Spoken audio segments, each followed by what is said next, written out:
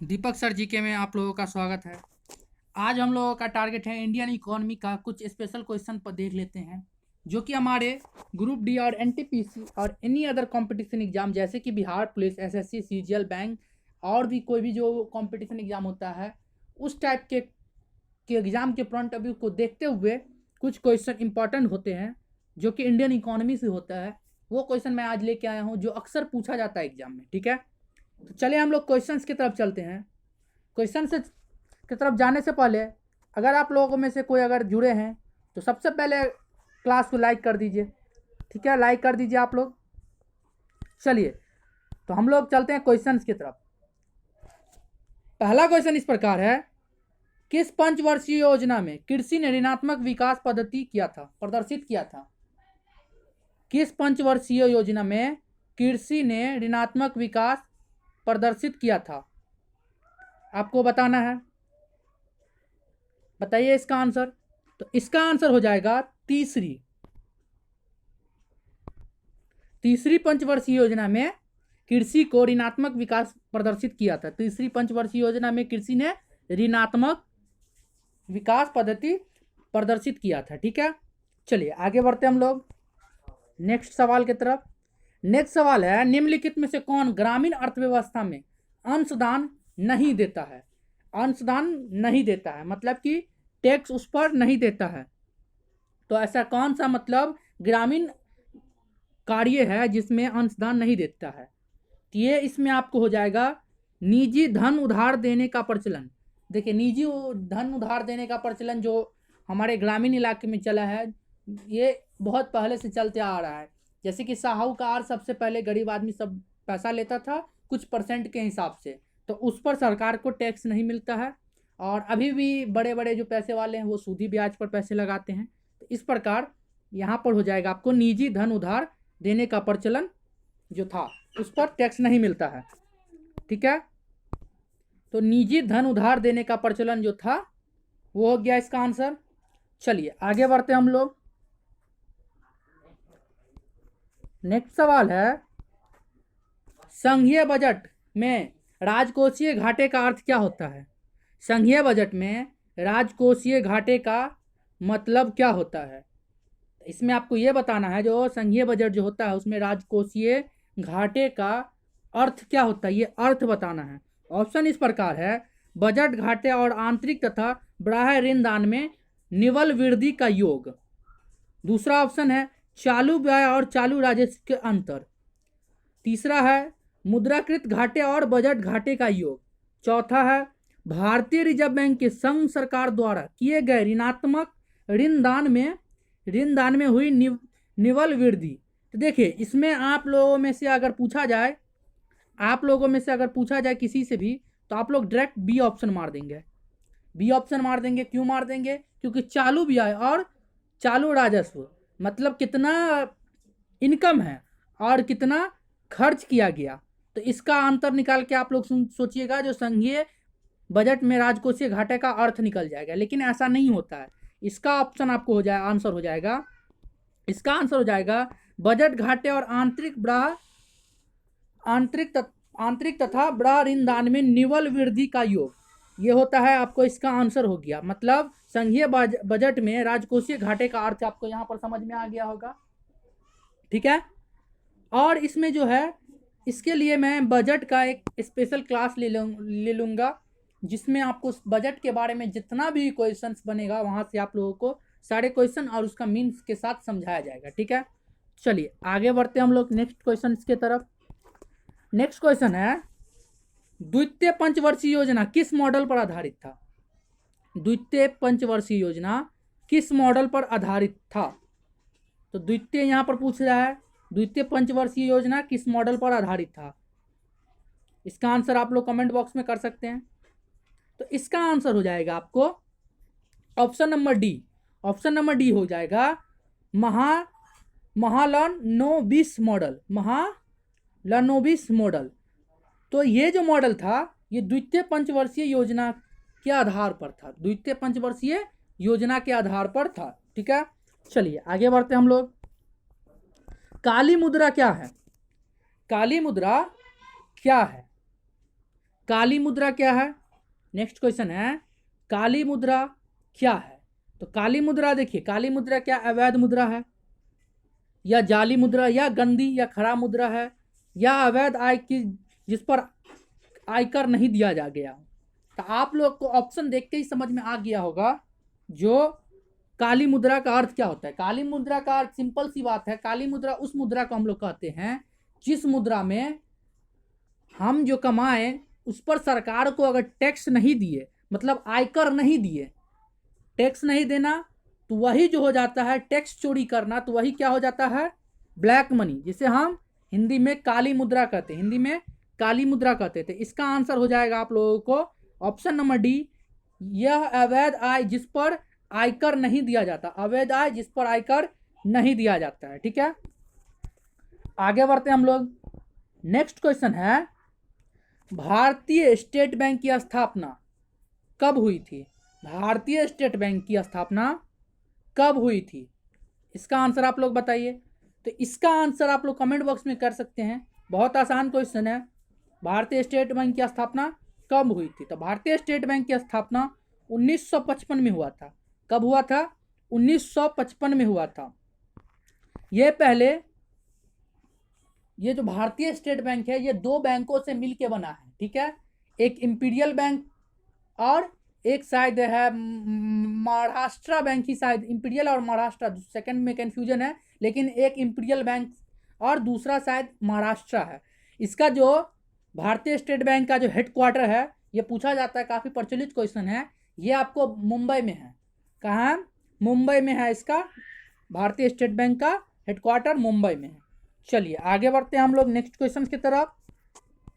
Next question है निम्नलिखित में से कौन सा कथन सही नहीं है? निम्नलिखित में से कौन सा कथन सही नहीं है? इसमें सही नहीं क्या है? देखिए क्या बोल रहा है, आरबीआई देश का केंद्रीय बैंक है। ये बिल्कुल सही बात है, आरबीआई जो है देश का केंद्रीय बैंक है। आरबीआई केंद्रीय एवं राज्य सरकार का बैंकर है, ये भी सही है, बिल्कुल सही बात है। और आरबीआई जो है देश के विदेशी विनिमय निधि का अभिरक्षक है, ये भी बिल्कुल राइट है। और चौथा ऑप्शन बोल रहा है आरबीआई की स्थापना 1949 में हुआ था, ये गलत है।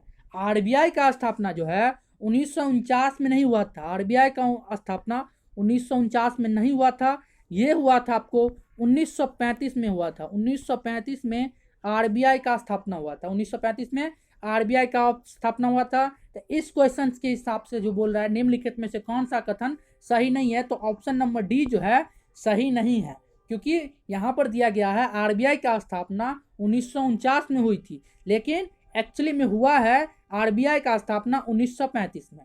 1935 में हुआ था है आरबीआई का स्थापना। चलिए आगे बढ़ते हैं, आशा करता हूँ आपको समझ में आया होगा। आगे बढ़ता हूँ क्वेश्चन नंबर 8 की तरफ। National stock exchange of India का प्रवर्तक है, national stock exchange of India का प्रवर्तक कौन है? बताइए, इसका आंसर दीजिए आप लोग कमेंट बॉक्स में।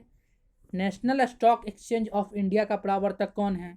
तो ऑप्शन है आपको भारतीय state bank of India, LIC और GIC और IDBI। बताइए।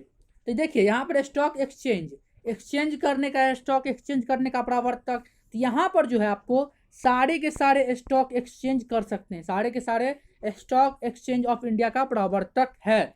तो इसका आंसर हो जाएगा उपयुक्त सभी, option number D, all of above. ठीक है, आगे बढ़ते हम लोग। नेक्स्ट क्वेश्चन है निक्की क्या है? निक्की जो है यह एक क्या है? बताइए, निक्की क्या है?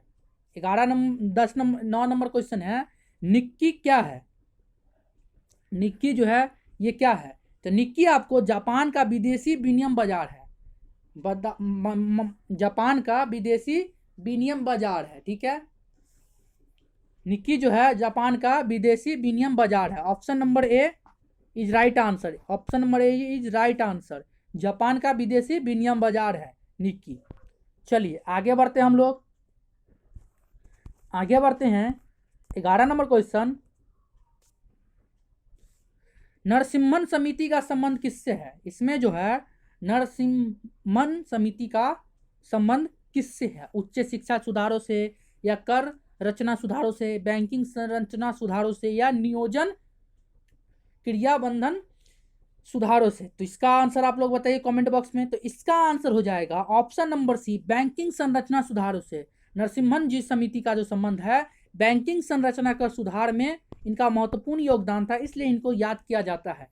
ठीक है, नरसिम्हन समिति का संबंध बैंकिंग संरचना सुधारों से है। ठीक है, चलिए आगे बढ़ते हैं हम लोग। स्मार्ट मनी शब्द का प्रयोग होता है।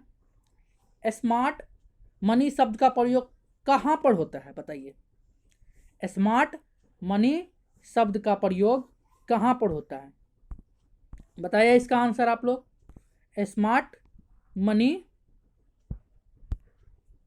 स्मार्ट मनी कर का संबंध कहां पर होता है? बताइए इसका आंसर। ऑप्शन नंबर बताइए। देखिए ऑप्शन नंबर ए है इंटरनेट बैंकिंग, बी है क्रेडिट कार्ड, सी है बैंक में बचत खाता में, या डी बैंक में चालू खाता। बताइए इसका आंसर। तो इसका आंसर जो है आपको option number B credit card हो जाएगा। क्रेडिट कार्ड जो है स्मार्ट मनी कार्ड में शामिल है। स्मार्ट मनी कार्ड में प्रयोग किया जाता है किसको? क्रेडिट कार्ड को। क्रेडिट कार्ड को किया जाता है। ठीक है, तो option number B is right answer. Option number B is right answer. चलिए आगे बढ़ते हैं हम लोग। यहां पर है क्वेश्चन, मानव विकास सूचांक का आधार क्या होता है? मानव का जो विकास का सूचांक का आधार, मतलब किस आधार पर मानव विकास सूचांक को प्रयोजित किया जाता है? तो जो ह्यूमन डेवलपमेंट इंडेक्स जो है वो किस प्रकार अनाउंस किया जाता है? तो किस पर किया जाता है? स्वच्छ शिक्षा, रोजगार, जीवन और स्तर पर। स्वच्छ शिक्षा रोजगार पर, स्वच्छ शिक्षा जीवन स्तर पर, शिक्षा रोजगार जीवन स्तर पर। तो इसका आंसर जो हो जाएगा आपको, इसका राइट आंसर हो जाएगा option number B. Option number B स्वच्छ शिक्षा और रोजगार पर। स्वच्छता और शिक्षा और रोजगार पर। तो आप लोग तो जानते ही हैं स्वच्छता में हमारा देश कितना आगे है, रोजगार में हमारा देश कितना आगे है। तो आप लोग हमारा रैंकिंग भी पता करिए सकते हैं मानव विकास सूचांक का आधार। तो अभी फिलहाल का जो कुछ दिन पहले का जो रैंकिंग है ज़्यादा नहीं है, 129वें रैंक पर हैं हम लोग। लगभग इस रैंक में 150 देश हैं पूरी दुनिया में, शायद लगभग 150 या 160 देश के करीब इसमें भाग लेता है, और इसमें भारत का रैंक 129 है। कितना अच्छा रैंक है। और इसमें सबसे ज़्यादा डुबोने का काम करता है, सबसे पीछे जाता है भारत का रैंक रोजगार के कारण, क्योंकि रोजगार की कमी भारत में बहुत ज़्यादा है। इस पर सरकार को ध्यान देना चाहिए। ठीक है, तो चलिए हम लोग आगे इस पर भटकते नहीं, ज़्यादा बात नहीं करते हैं। ये थोड़ा जान लेते हैं जो मानव विकास सूचांक है, ह्यूमन डेवलपमेंट इंडेक्स, ये कौन प्रकाशित करता है? ये जो आपको यूएनडीपी प्रकाश करता है। यूएनडीपी प्रकाश करता है। कौन करता है? यूएनडीपी प्रकाश करता है। ये जो इंडेक्स है यूएनडीपी प्रकाश करता है। ठीक है, चलिए आगे बढ़ते हैं हम लोग।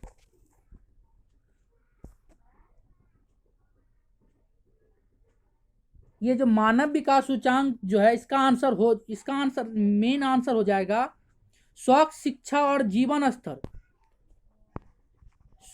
स्वच्छ शिक्षा और जीवन स्तर ऑप्शन नंबर सी हो जाएगा। Option number C is right answer होगा। Option number C is right answer होगा। ऑप्शन नंबर बी नहीं होगा, ऑप्शन नंबर सी होगा राइट आंसर। ठीक है, ऑप्शन नंबर सी होगा, कंफ्यूजन हो गया था।